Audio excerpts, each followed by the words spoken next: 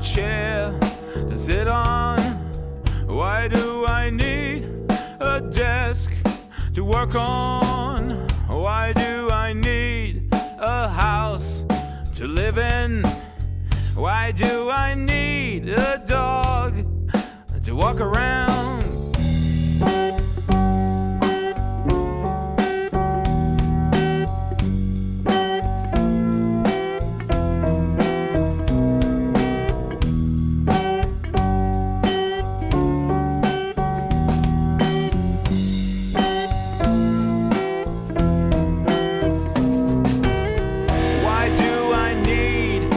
Catch in the window.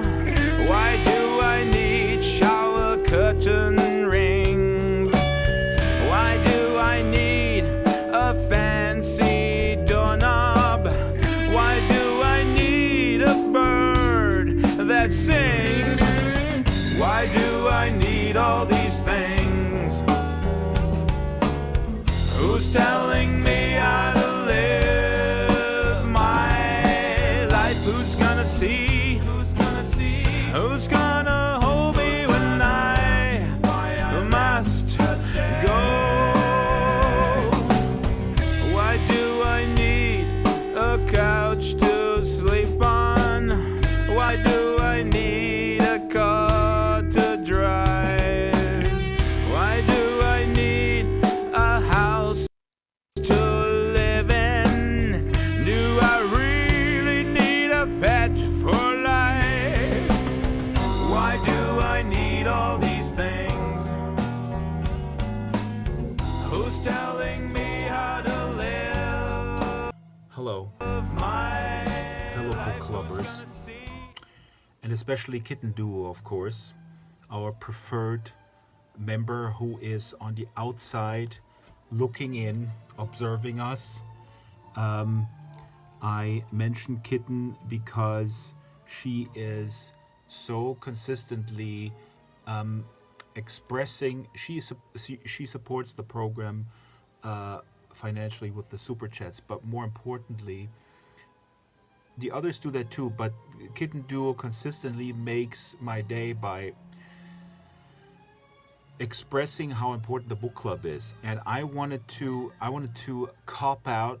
During the summer, just go by the lake with my books and my laptop and say, I need a break. And I go like, no, what is Kitten Duo going to enjoy? She probably enjoys a lot of other things too, but this is one staple that is reoccurring, which is the book club. And I hope I'm looking into the camera. Here's the camera. So that ultimately made me decide to keep going, except for my birthday last week. Thank you very much for the good wishes.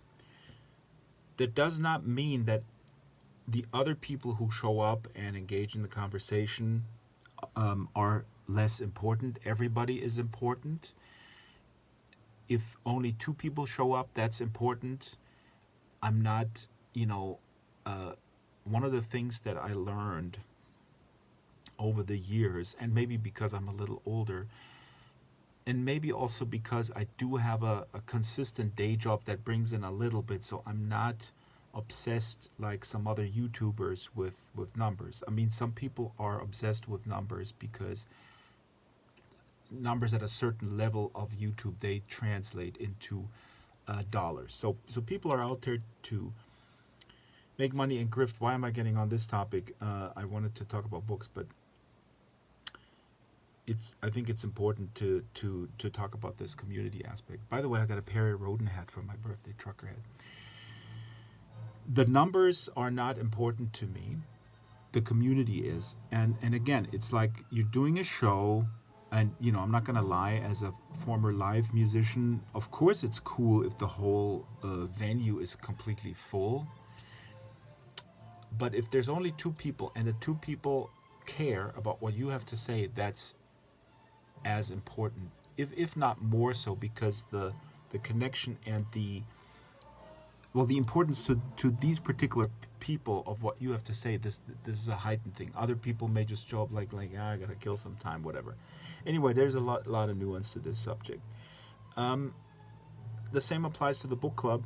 Now, of course, I'm always panicky about filling the book club in Second Life when we have an author. That's different because the perfect comparison to me is I owned a small bookstore in the Midwest somewhere, in a town of 300 people, I don't know, rural, and I get like my hands on this amazing author, and the author decides to visit us, and I'm like, damn, I gotta fill up this bookstore. The author is gonna be depressed, not me. I'm depressed enough living in this 300.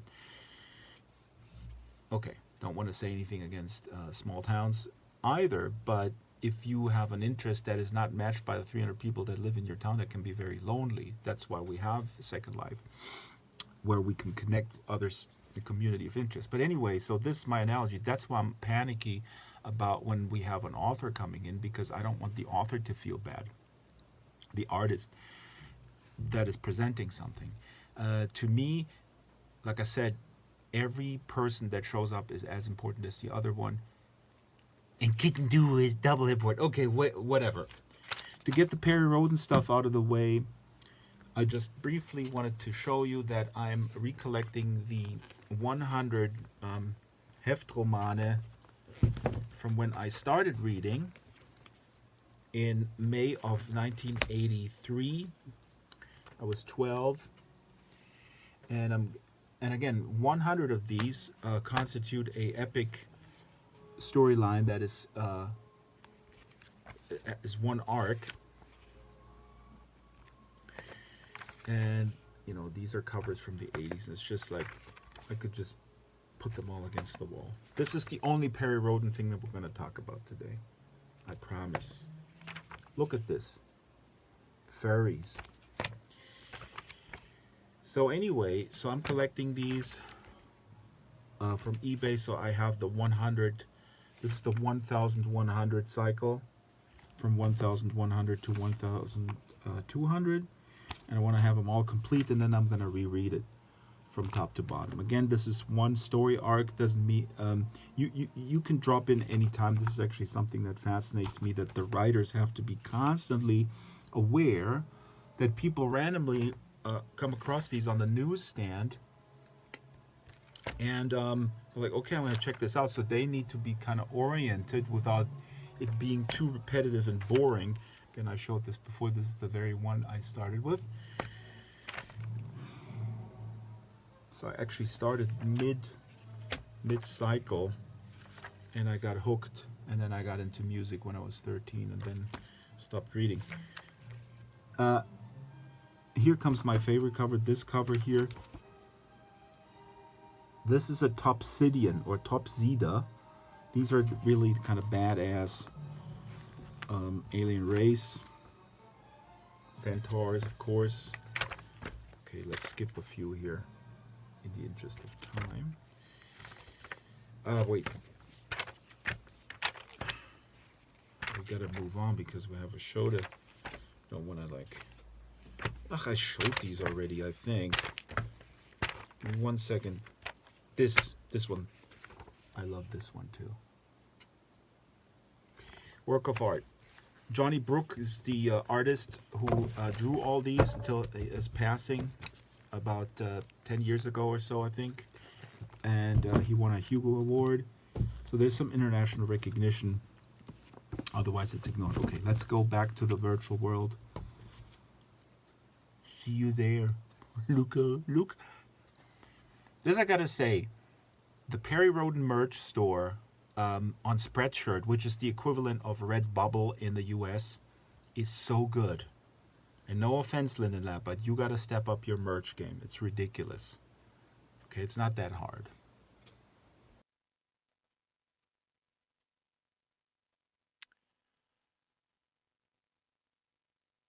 All right. All right. Can people hear me? Yes, I hope so. Well, that was me in real life, and as promised, no more Perry Roden discussion. No more periodin content. Welcome to the Second Life Book Club. My name is Draxtor Dupre.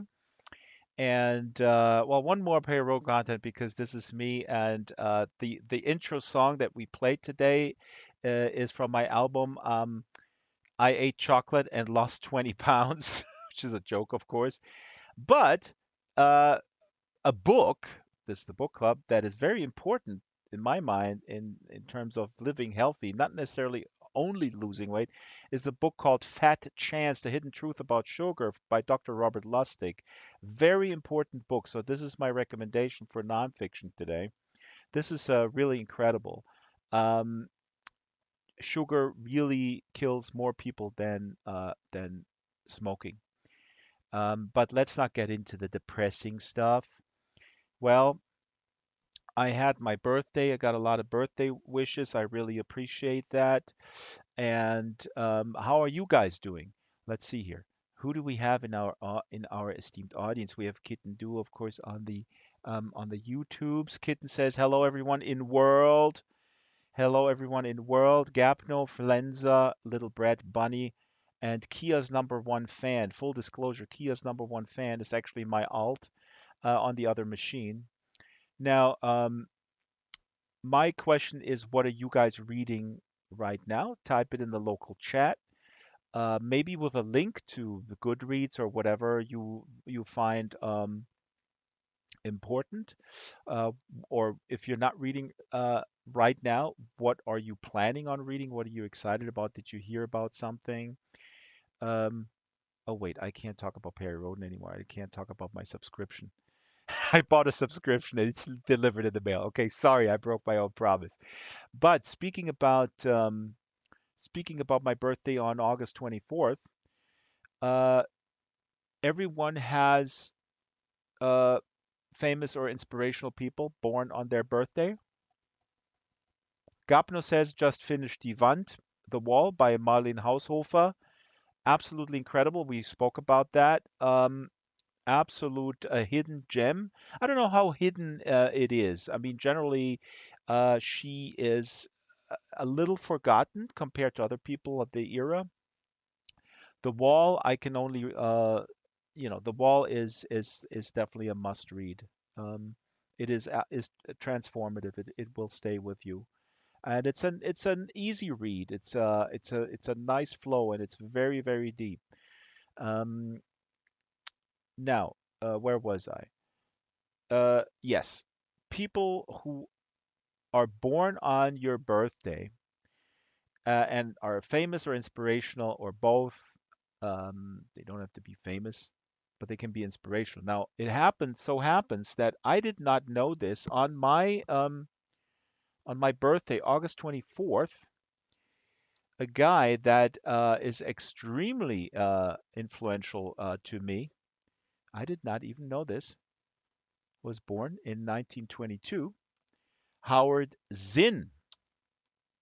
Howard Zinn was an American historian. This is a little from Wikipedia. American historian, playwright, philosopher, socialist thinker, World War II veteran. He was doing bombings in World War II. He was teaching history, political science. He wrote over 20 books. He was fired when he was in solidarity with workers at his university. He called himself a socialist. He says something of an anarchist, something of a socialist. Incredibly influential. He spoke out about the invasion of Afghanistan after 9/11. There's a documentary, You Can't Be Neutral on a Moving Train. I highly recommend. And then Howard Zinn, of course, wrote the seminal book. Oops, camera. A book called A People's History of the United States, 1492 to the present. This is from 1980. The book came out. My edition here is from 1995. A People's History of the United States. Maybe somebody on YouTube can put that in the chat. Maybe that'd be cool. Somebody on YouTube watching, put that in the chat. So, A People's History of the United States is what the title says. It's a history an overview written by not the winners of history, but by the people, or through, not by the people themselves, but through, of course, Howard Zinn. And a lot of famous people, um, they came out not looking that great. Christopher Columbus, we all know that he was basically a genocidal maniac now. But in 1980, when this book came out, it was very controversial. Um, Now, FDR, Franklin Delano Roosevelt, normally seen as a very important, well-liked president, also does not is not favored by Howard Zinn. People are complex figures. Uh, People do good, people in office, and people do bad. And this book, A People's History of the United States, is looking at indigenous people, minorities, and how they were impacted by decisions that were made by powerful people, and very often through, like I said, through the history. The history is written by the winners, through those accounts that are then regurgitated in school. Certain people who were not nice people um, look are portrayed as heroes.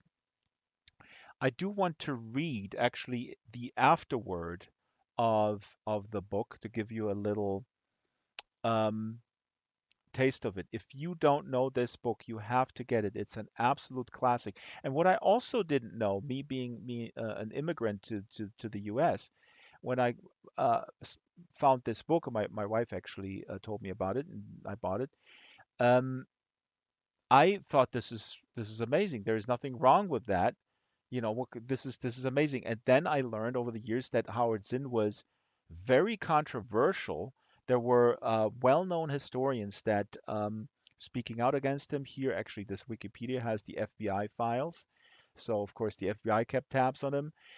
There's a book. If you Google him on Amazon, Google him on Amazon. If you look around, you will find his books.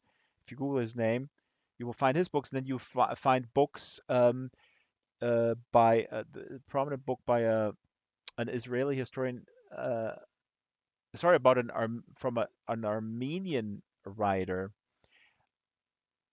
No, let me start over. From a Turkish writer. Uh, Basically saying that Howard Zinn was lying about the Armenian genocide, and how Howard Zinn duped the entire American establishment, which he didn't do because the establishment never liked him. He passed away in 2010. And there is even a book called Xenophobia by a left-leaning writer who is trying to sort of uh, look into the campaign that tried to destroy um, Howard Zinn's reputation. So he was, in many ways, an enemy of the establishment because he was presenting this narrative, this narrative that was not heard in this sort of condensed form and this commercial success, the narrative of the people and how the people fared uh, through influence through the decisions of powerful leaders. Now I'm going to read the afterword. This is an afterword that I think I don't know which edition he wrote this for. I found this in the online ebook version. It doesn't say, but it was definitely after the 2000. Book is in its, I don't know, 100th printing or something. You should order it right now. So here it goes. Here's the afterword from A People's History of the United States. There's a certain drumbeat of scolding one hears these days about the need for students to learn facts. But there's no such thing as a pure fact, innocent of interpretation. Behind every fact presented to the world by a teacher, a writer, anyone, is a judgment. The judgment that has been made is that this fact is important and that other facts omitted are not important. For instance, there is the issue of class. It is pretended that is in the preamble to the Constitution It is we, the people, who wrote that document, rather than 55 privileged white males whose class interest required a strong central government. It is disguised by language that suggests all of us, rich and poor and middle class, have a common interest. Labels are given to periods in our history which reflects the well-being of one class and ignores the rest. When I was going through the files of Fiorello LaGuardia, who as a congressman in the 20s represented East Harlem, I read the letters of desperate housewives, their husbands out of work, their children hungry, unable to pay rent. All this in a period known as the Jazz Age, the Roaring Twenties. Class interest has always been obscured behind an all encompassing veil, the national interest. My own war experience and the history of all those military interventions in which the United States was engaged made me skeptical when I heard people in high political office invoke the national interest or national security to justify their policies. It was with such justification that Truman initiated a police action in Korea that killed several million people, that Johnson and Nixon carried out a war in Indochina in which perhaps 3 million people died, that Reagan invaded Grenada, Bush attacked Panama and then Iraq, and Clinton bombed Iraq again and again.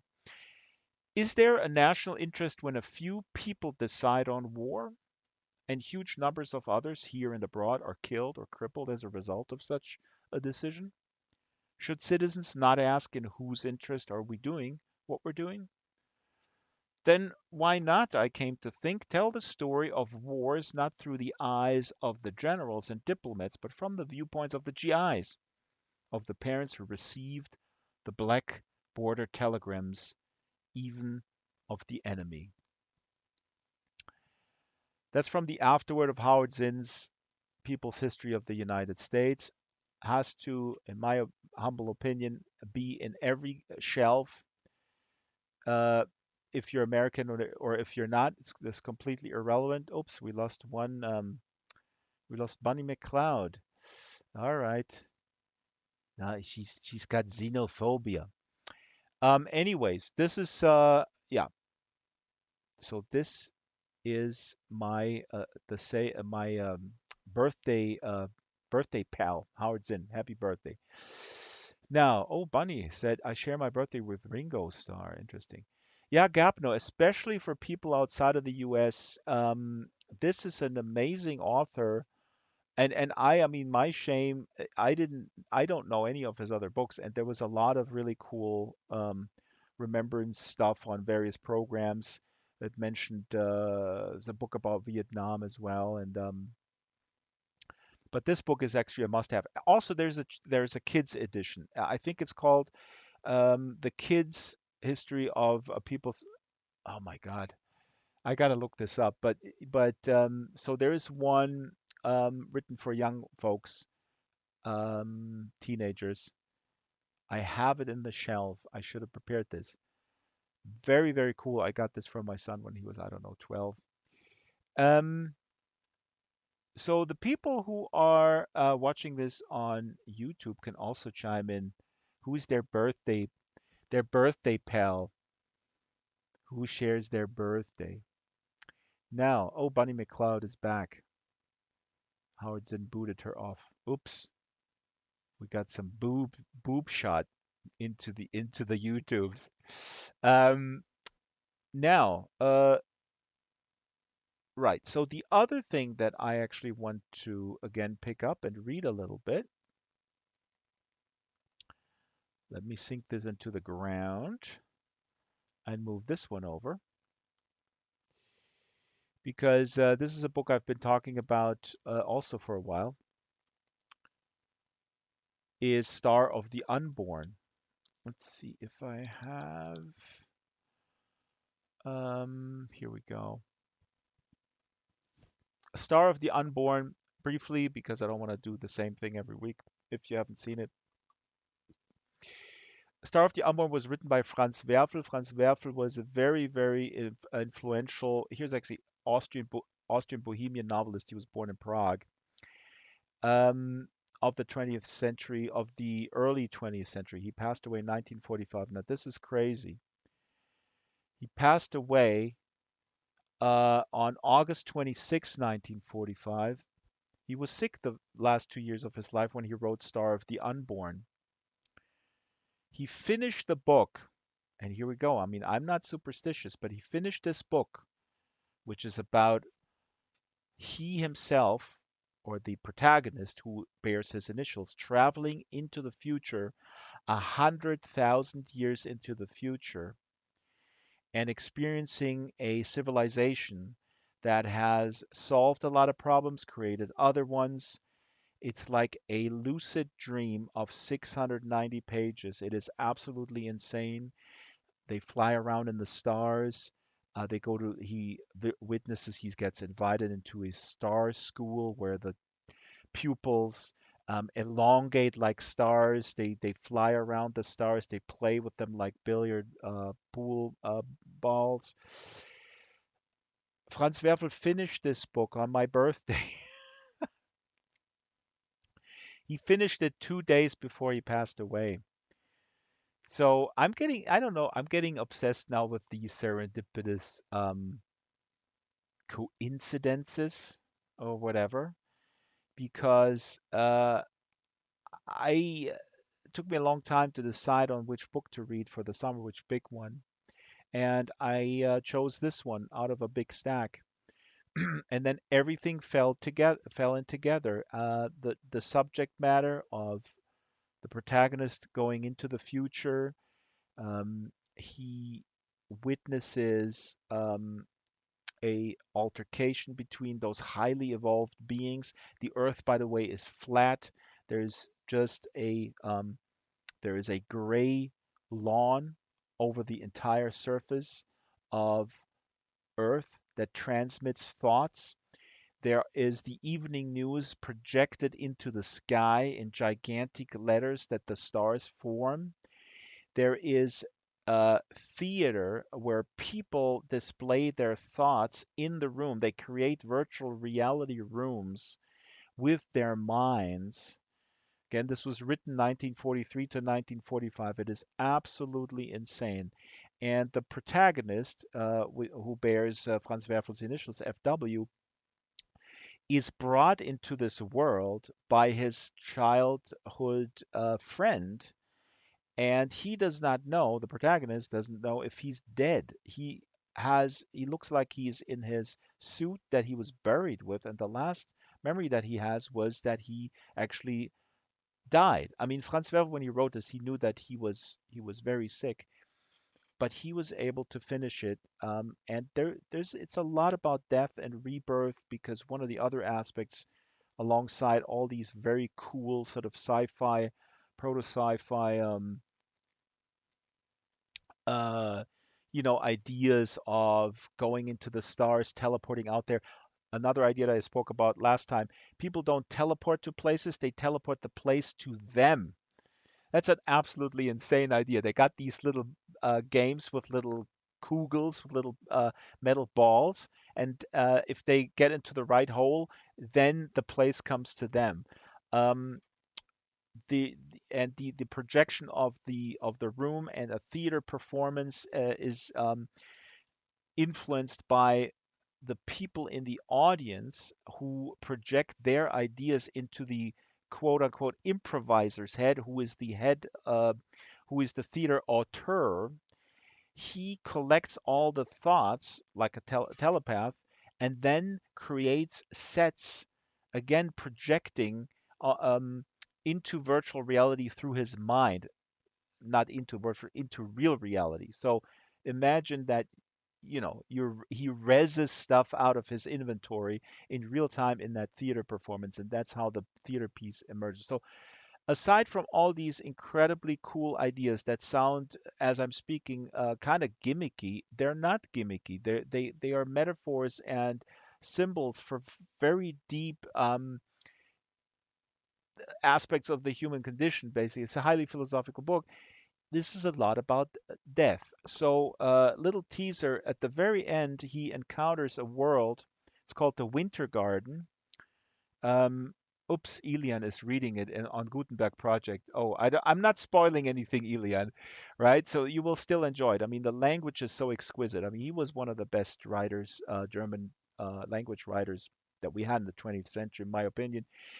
Um, Highly regarded, of course, by his peers as well. Also, he emigrated to the United States and lived in the vicinity in the enclave of all the refugees from the Nazi regime around Arnold Schönberg, Thomas Mann. Arnold Schönberg was a musician, not a writer, a composer. Thomas Mann, and with his wife, of course, Alma Mahler, the widow of Gustav Mahler, the composer. So in a very sort of rich environment there in LA.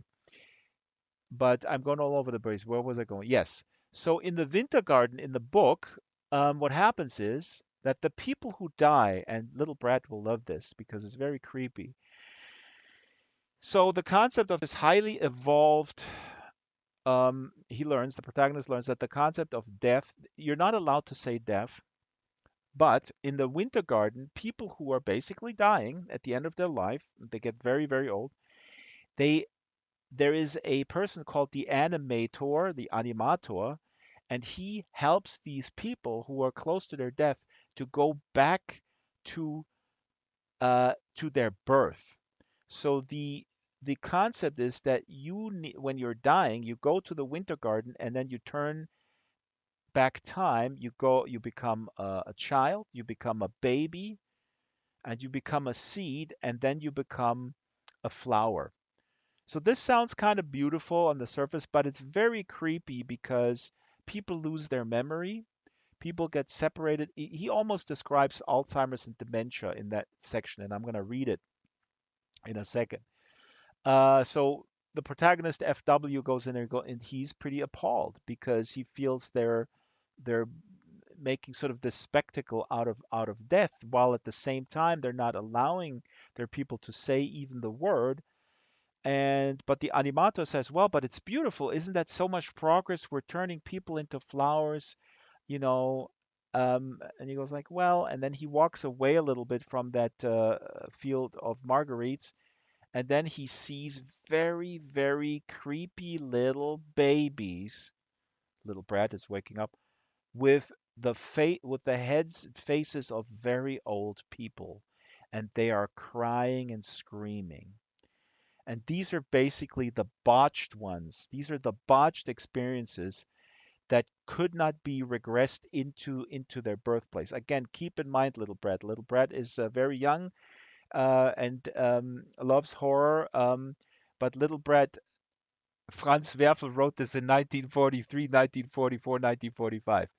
Okay, so this is way before Stephen King and whoever. And so yeah, he experiences sort of these botched experiments, and he realizes this is not the way to do it. This is not the way a life should end. And it's also a very religious book because it's about like who are we as human beings in relation to God.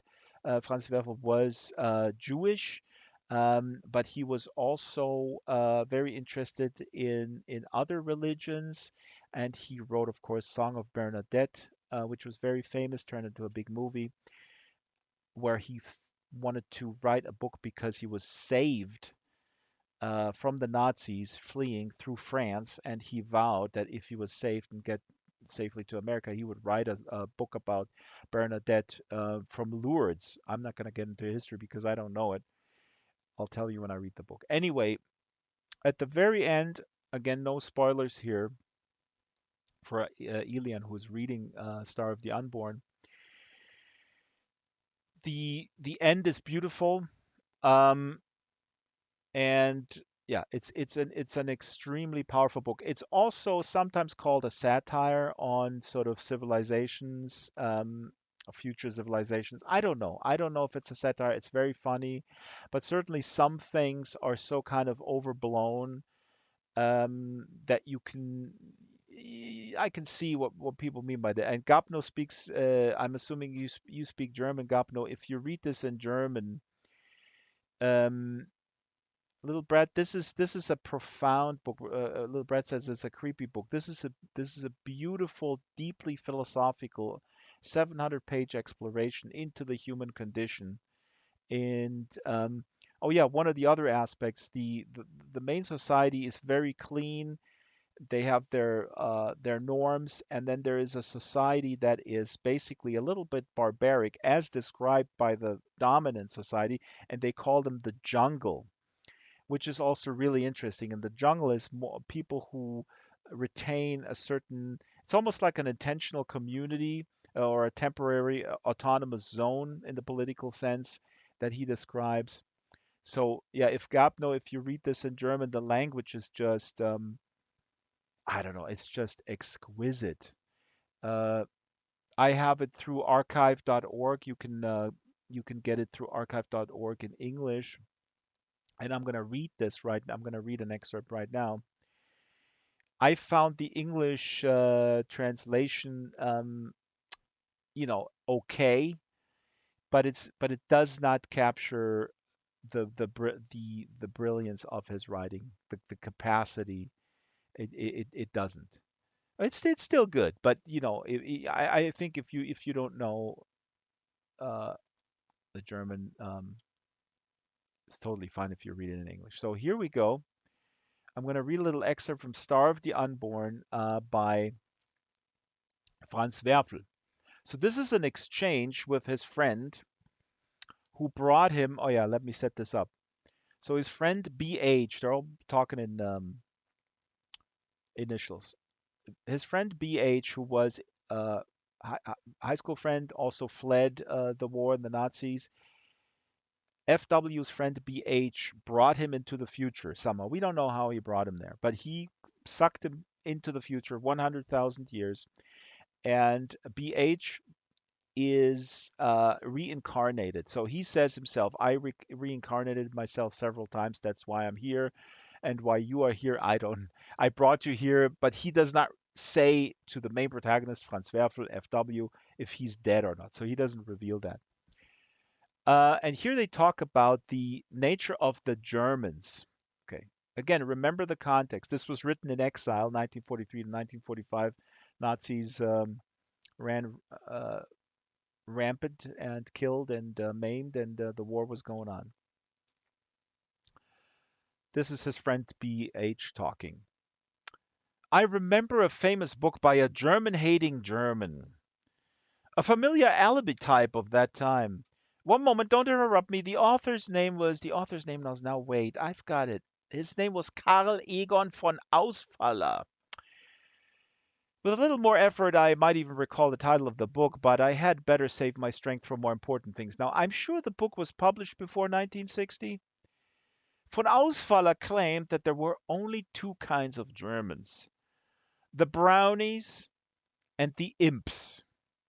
And here's a translator's note. He says, in German, these two breeds of fairies are known as Heinzelmännchen and Wichtelmännchen, respectively. The former are good-natured goblins supposed to often to perform important services around the house by night.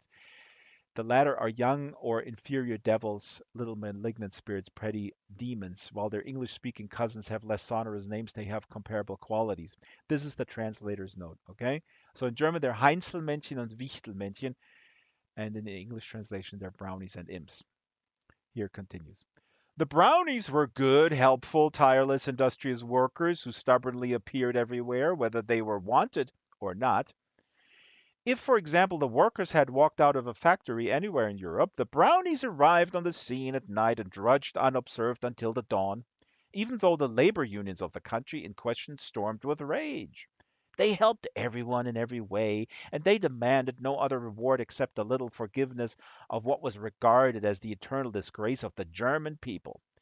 Now, I personally met a lot of these brownies in many different places, and I felt very sorry for them, although I didn't forgive them. They were the inventors of the thankless ethics of altruistic officiousness. By way of recreation, the educated ones among the brownies gave philosophical lectures in university extension classes in Protestant churches and even in Reformed synagogues, and their monotonous theme was always devoted to the fraternal duty of man. They couldn't get along without duty. since the Germans' basic concept of life was the veneration of the disagreeable. In a word, they were genuine sheep in sheep's clothing.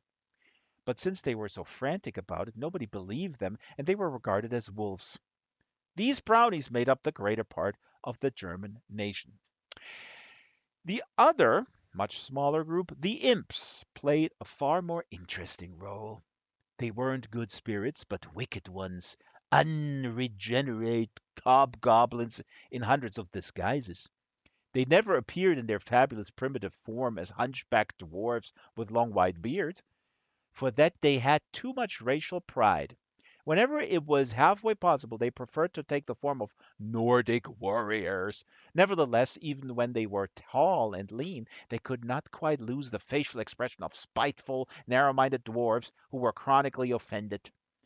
They served all masters and all ideas in the world, for true impdom regarded all masters and all ideas as interchangeable, since the imps had never had an idea of their own except that of protest. Now, even their secret society, which they called the Messengers from the Grave or the White Vampires with Red Lips, the would-be terror of Europe around 1950 was simply plagiarized from the Italian mafia of 1848 and from American horror motion pictures of darkest antiquity. But even here, as in all other regards, the imps made up in excessiveness what they lacked in originality. To become a messenger from the grave, the neophyte had to chop off his left arm and substitute for it an artificial limb equipped with a built-in electric battery capable of producing fatal shocks. The imps, no matter where or whom they served, were the first to live an underground life, the culmination of which you can observe in today's mental civilization. Or I should say, the civilization there in the future is referred to as the mental civilization because they're doing all mental, right? They had telepathy and they can just control their environments by thinking about that. By virtue of their frenetic energy and their meaningless self immolation, they undermined the capitals and large cities of all nations with their scientifically contrived labyrinths. And they did that while the victorious powers had disarmed and occupied their country, and while they, the imps, were not to be distinguished from the brownies on the surface. Moreover, the brownies had such weak characters that they frequently could not resist the temptation to become imps. The imps were also the inventors of the subterranean monuments, one of which you saw today. In their weird labyrinths, they erected hundreds of such monuments of to an idol by the name of Heiltier. Get it? Heiltier. A wretch who wasn't even a real German imp, but was said to be a low-down mixed breed and a dirty border product of some sort. Now, this is pretty obvious. Franz Werfel here dealing with fascism and yeah, the destruction of his culture um, through fascism. And this is a very funny section. The book is very funny, um, and he is dealing, and I think I said this last time, not only with the destruction of the world by fascism, but also his own personal life in exile and the fact that he had to leave his world behind, his home, and that makes some sections very very sad. Hello, newcomers. So we're talking about the Star of the Unborn, and I have another read, and this is now I'm thinking I should have chosen something very creepy because of our friend Little Brat, but I haven't. This one is where he talks about what I was talking about just earlier at the end, where people are before they die, and again, death is a word that is not allowed to be said in this society in the future. When the animator reverts the people close to their death back to a baby and then a flower, they separate the memory. So they destroy basically they peel apart the, you know, some would call it the mess that an adult person living having lived a rich life is. And they sort of tear that apart and compartmentalize that in order to come back sort of um, to this baby and then to the flower. And they see that as progress. And of course, our protagonist, Franz Werfel, doesn't see it like that. He feels like you're losing something. I agree. I completely agree. And so this is just a short section where FW, witnesses what the animator, the animator, who is in charge of uh, getting people from old people to flowers, with some botched ones that turn out to be babies with the heads of old people. Uh, this is after he witnesses that. And also, the people are supposed to go into the menodrome. The menodrome is a lake that you're supposed to go into, and then the process starts, and the animator helps a little bit with the process. But it's basically like when you feel it's time, you have to go into the winter garden. You go walk into the Menno Lake, which has light water where you don't get wet, and then you basically die, although you're not supposed to say it. And this is what the protagonist FW, um, his thoughts after he witnesses this process. What was I? What are we? I'll try to express it by means of a simile. I was like a photograph. What is a photograph? It is a sensitive surface and a picture imprinted on that surface. The water of the Nemodrome sought to detach the picture and to leave only the useless, worn out, empty surface, so that the animator would have an easy time with me a little later. The faces and figures that surrounded me here in the fog of the lake, the near ones and the distant ones, the likes and the dislikes, the attractions and the aversions, the warmths, the tendernesses, the loves, all these I had elaborated in the course of a lifetime into a unified picture. Although this picture was made up of tens of thousands of lines and splotches of color, most of which appeared quite accidental and quite unimportant, yet they formed an indivisible and irreducible entity. Like all other souls, I had succeeded in transforming the eternally fugitive into the fugitively eternal. Only man has mastered that art. The present has no dimension, and for that reason, life becomes life only when it no longer exists. Now I knew with a certainty transcending all religious faith that the colorful life about me, of which I was expected to take leave, was my inalienable dowry, and more than that, it was my most personal life's work, which I had to offer to God, the true sacrificial incense that rose to his throne. Forgetting was the epitome of all deadly sins, and because I recognized it in more dazzling clarity and in more mortal pain than word-bound thoughts can ever tell, I screamed at my people all about me. Stay here. Don't move. I won't give you up. I won't give myself up. Now, I should have set this up that while he is writing this, he has visions of all these random memories, right? Because he's in the Menno Lake. He's walking through it, and all these visions of important and unimportant random encounters throughout his whole life, they appear in front of him. Like we always say, when people die, they see the flashing before their eyes their entire lives. And he sees all these random disconnected things.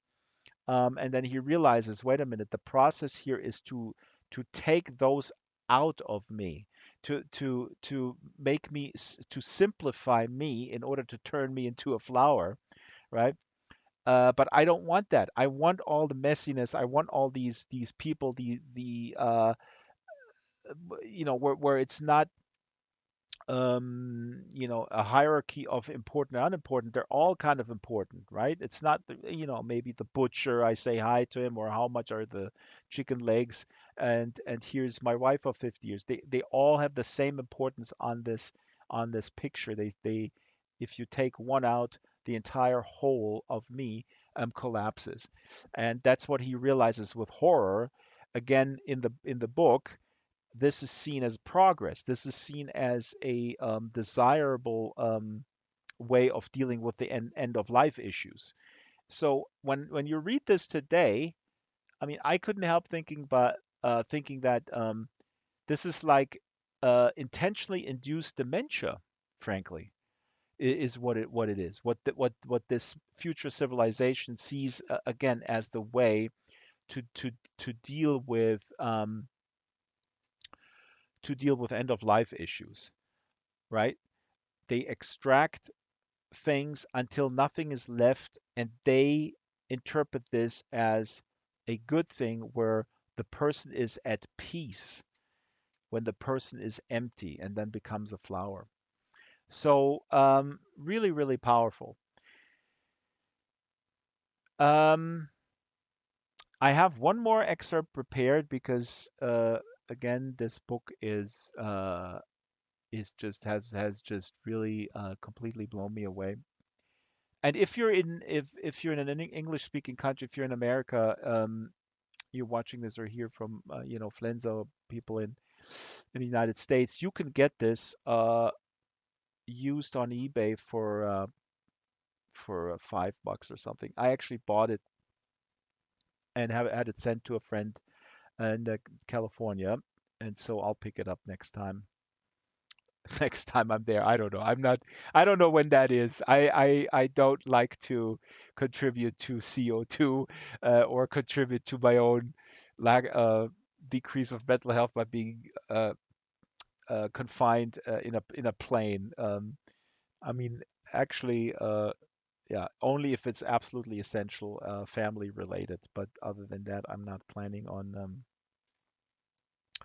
Oh, Gapno bought it on ZVAB. Oh, put the link in here, please. Um, Elian, see, this is an interesting thought here. Elian says, I like the thought of becoming an empty vessel like a flower. Thank you for mentioning that, Elian, because again, this is the beauty of this particular book, as it is with, I think, all good, great books. This is very open to interpretation, right? So Franz Werfel, or his protagonist, FW, is pretty adamant about him not wanting to go there. And but he the style of the writing is very much, and he says it in the beginning. He is a tour guide, der Reiseberichterstatter, and he puts himself in there. So he describes throughout the book, there's like little passages. Oh, this is the process because I'm the Reiseberichterstatter. I need to interpret these things as well. I'm not only describing them, I'm interpreting them. Um, but it's so brilliant, him describing himself as this tour guide or this accidental tour guide, and yeah, putting in his own opinion, but he's still leaving this very, very open. And of course, like I said, FW, I mean, that's obviously him. So the main protagonist is him. zvap.com, only secondhand books. You have to search for the title. This sounds great. If you're in Europe, you can also go to Medimops. Yeah, Ilian. I mean, the writing is. I mean, we're not talking about Perry Road.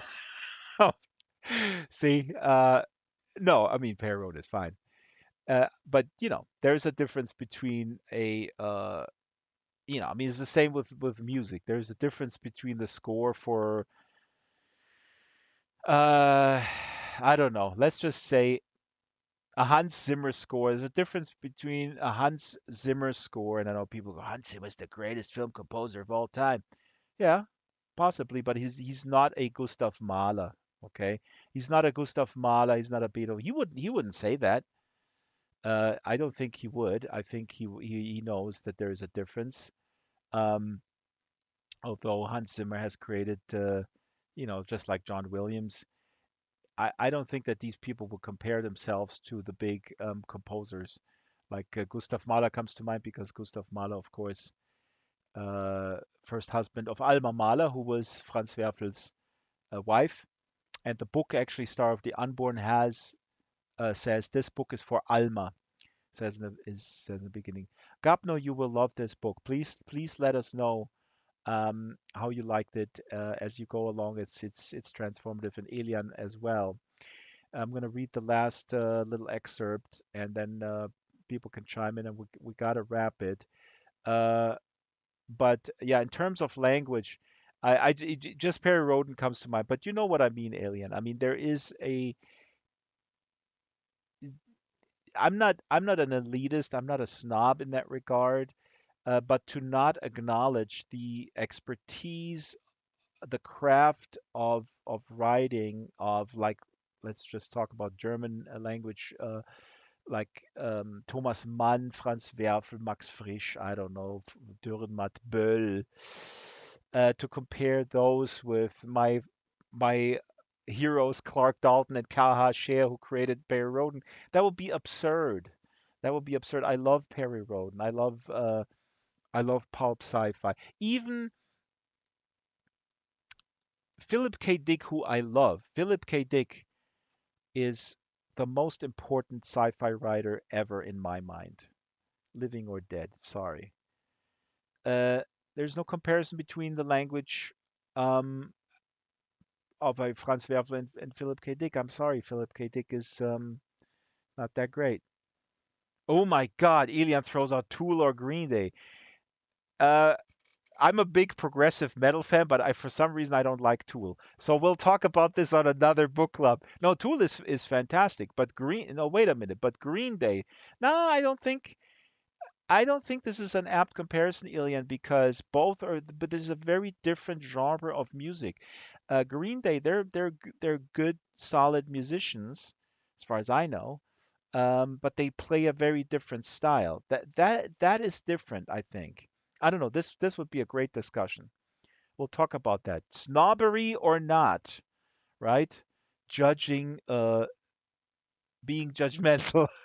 Okay, Ilian is distracting me from my next reading. Now, this is just a couple of minutes read, but let me set this up. So I was oh, Elian, I see what you're saying. Elian says, "Yes, I know, but I like listening to both Tool and Green Day." No, that's a great point. I'm the same way with like, Frank Zappa, really super complicated Zappa, let's say, and then I don't know, let's take an extreme example. The Exploited, like a punk band like that, for example. Thank you, um, Kitten supporting the program with a super chat. Thank you, Kitten. Kitten says thank you for spending your summer break on here. I love it. I love it, Kitten. In the begin, like I said in the beginning of the summer, it's like, oh, I'm gonna be alone. I love my alone time. And I'm like, no, I can't. This community, I cannot abandon them. And what is Flenza gonna do? Flenza's gonna go on eBay and buy old Perry Roden books. Okay, enough Perry Roden. Let's one more Franz Werfel excerpt. This is a great one. He's at a theater performance. There's also a lot of sort of self-critique about the writing profession, which is hilarious. But here he's at this theater performance where there's no script of this theater. There's no set plot. There's only the improviser. And the improviser is the main guy, and he creates with his fellow underlings through telepathy and through envisioning things in his mind and manifesting them in real time, in real life, in the theater. He creates the theater piece. And the protagonist, FW, is a little alienated by this process, but he also, I mean, these are long passages. I'm just reading a very short one. He goes into enormous detail, which I'm not going to read, about like the similarities of like his profession the writers, and although it's so foreign to manifest stuff, that is basically virtual, then it becomes real here in the future. Although on the surface it is very different, it's also kind of similar. So he has fun with sort of poking fun at writers and artists. So here we go. While I was thinking all these asides, the stage had become very animated at the inner command of the improviser. Oh, I should also say, I said this before, the improviser on stage can also draw from the ideas that the audience has, right? So this is actually, oh my God, you know what? This is sort of like amateur participation, if you will. This is almost like the internet. I think, oh my God, I'm just thinking about this now because so people go to the theater and the plot and the piece that is performed is not only, Jessica says, a production I did in the 70s. So it draws on the audience and their thoughts about the plot. Yeah, so this is very experimental. The cult of the amateur or the audience. I'm starting over. While I was thinking all these asides, the stage had become very animated at the inner command of the improviser. By virtue of the agitated projective force of 3,000 nerve centers, the audience, colorful stage settings had developed, which could have been called dynamic or visionary backdrops if the entire stage had not been burst open and extended into infinity. The same people who only a few hours ago had looked with disgust at the reality of the jungle. Oh, this is important. This piece is about the jungle, which is this sort of dirty, the refined mental folks. They think the jungle is all dirty, outcasts, barbarians. This is his critique. This is actually brilliant. Talks about the hypocrisy of sort of the highfalutin, posh theater goers that look at something on stage and go, oh, this is very interesting. And then they go outside and go, ugh, look at the beggar. I'm continuing. The same people who only a few hours ago had looked with disgust at the reality of the jungle during the cat phenomenon were now gazing with rapt attention at their vision of the jungle, right? Delivered to them in safe theater. For this situation, too, I quickly found analogies.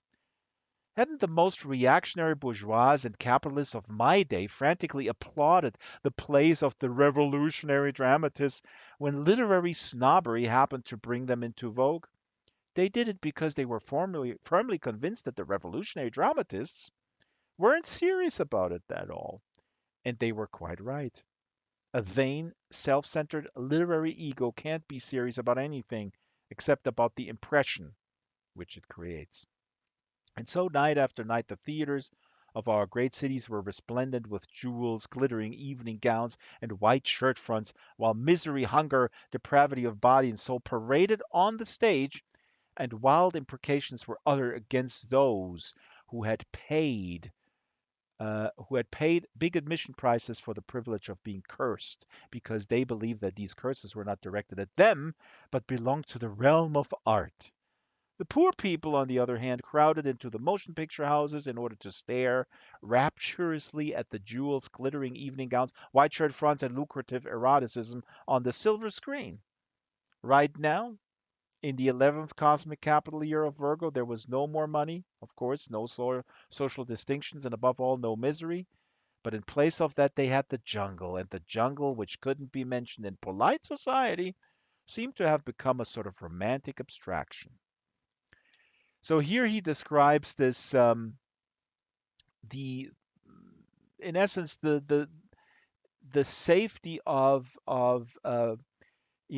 putting social issues into the realms of art, where people who can afford to consume this art go like, oh yeah, that's so interesting. Look at this photograph of this starving Indian boy in the streets. I'm just making stuff up, and then that's it. So everything revolutionary that has an intent in art is commodified by that notion. Uh, Sorry, this section, I actually had another one, but we'll do with this one because the other one was going more into detail. I know that little Brett would love that. where the scenes are created by the audience and all this. So it's an amazing book with lots of big ideas. But again, if the ideas, if it were only sort of an accumulation of fancy, sci-fi tropes, or even originals, original ideas, um, as they are, if it was just an accumulation of those, it would be. Why am I getting a million messages? I gotta close these. Um, then it would be nothing. But it's infused with, again, critique of, I mean, this, here he talks a little bit about this future society. Sometimes it sounds a little bit like a socialist future of equality, but it really isn't. It's really not, the way I see it. It's not a critique on communism or any type of very specific ideology or idea of organizing society. It is something else completely, right? So, Animal Farm, George Orwell's Animal Farm, can be read as a critique of communism or fascism. I think it was intended as a critique of communism very specifically, but this book is not. It's not a critique of a specific ideology. It looks at phenomena of society. It looks at activities in society, and the order of a society and the reordering, and it just plays with it in incredibly innovative ways and goes very deep into spirituality and so on and so forth. So, um, oh yeah, if you guys want to tip here, that will be very appreciated by Ruby, who builds all the sets, and Isabel, who comes back and does the professional camera when the guests come. So yeah, the tip jar is for Shyla, Monkey. They both do research, Ruby and Isabel. And so yeah, I'm just going to message Kitten here on YouTube. Uh, yeah, let's wrap this. The latecomers, if you wanna put into local chat what are you reading, or what are you planning on reading, or what has grabbed your attention, let me know in the local chat. A fellow by the name of Pash 71 Resident has tipped, but I don't see Pash 71. Am I crazy? Where's Pash 71? Who is Pash 71? Hello? Is it Elian? Um, Thank you guys for coming to the Second Life Book Club. I'm going to finish a Perry Roden. Oh, The Exorcist by William Peter Blatty. Oh, amazing, amazing, amazing. Yes. Oh, Bunny is Pash 71. I never knew that. Um, The Exorcist is amazing. I actually have this in my shelf, a very old, even the original edition, maybe, that I got used somewhere. Essex Serpent, Sarah Burton. Um, yeah. Oh, wait a minute. Elian is saying something interesting here. Hold on. I gotta. I don't know how to get rid of all these pop-up windows. I'm such a noob. Elian says he's invisible, like FW in the first chapters. Who is invisible? Yeah, he's invisible. Um, Hubert Fichte. Oh, I'm not following. Who is invisible? Yes, but that is actually also a funny aspect with Franz Werfel. FW is invisible. Um, yeah. Thank you, Kitten. Thank you, Roxy. Roxy, sorry, Roxy came a little late. We switched this to 10. I apologize. And also, Bummer. In closing, I want to say that Stranger Nightfire has a conflict with the 10 o'clock hour, so he couldn't come. Stranger is very appreciated member of this community, and the funniest thing about Stranger is that He is so freaking well read. It's incredibly scary, and inspiring at the same time. Because last time he was saying, I don't know if you guys were here, but like a few when I first started talking about Star of the Unborn, he says like half hour in me, like with my monologue, um, he says like, "Oh yeah, I remember reading something of a Jewish writer who emigrated to the United States during the Nazi regime. It was very interesting. It was kind of a proto sci-fi." I go, "That's what I'm talking about." And he, "Oh yeah, that's an incredible book." So, anyways, but there was it was very popular in the 70s in America because of its its spiritual. It was marketed as sort of a spiritual guide or whatever in the vein of Siddhartha, Hermann Hesse, German speaking dudes talking Buddhism or whatnot. Anyway, that always sells, right? Damn, I should write something like that, right? Would it sell? I don't know. Elian, we didn't talk about your fantasy versus sci-fi thing, so we'll do that next week, I hope. Please just email me a prompt or something, then I can prepare because you had a great prompt there that is good opening up to discussion. Thank you everyone and goodbye and see you next week. I'm going to finish with for the YouTube audience, they will hear this song. This is a song called Fold Out Chair. In the beginning, we had the song Chair. This is the song Fold Out Chair from the Our Digital Selves soundtrack. All right, and see you all next week. Do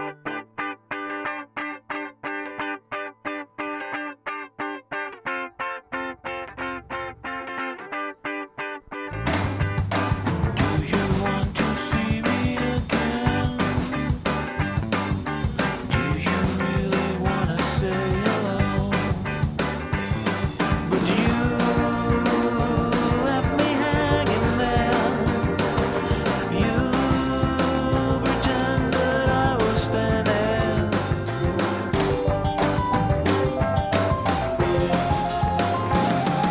I'm sitting in a fold-out chair. My hair is blowing in the air. Time to put a jacket on and light a cigarette.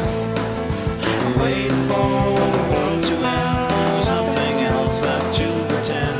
It's time to say so long. So long. So long.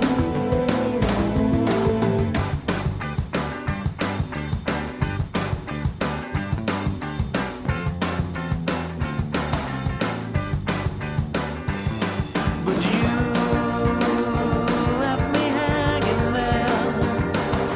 You pretended I was standing.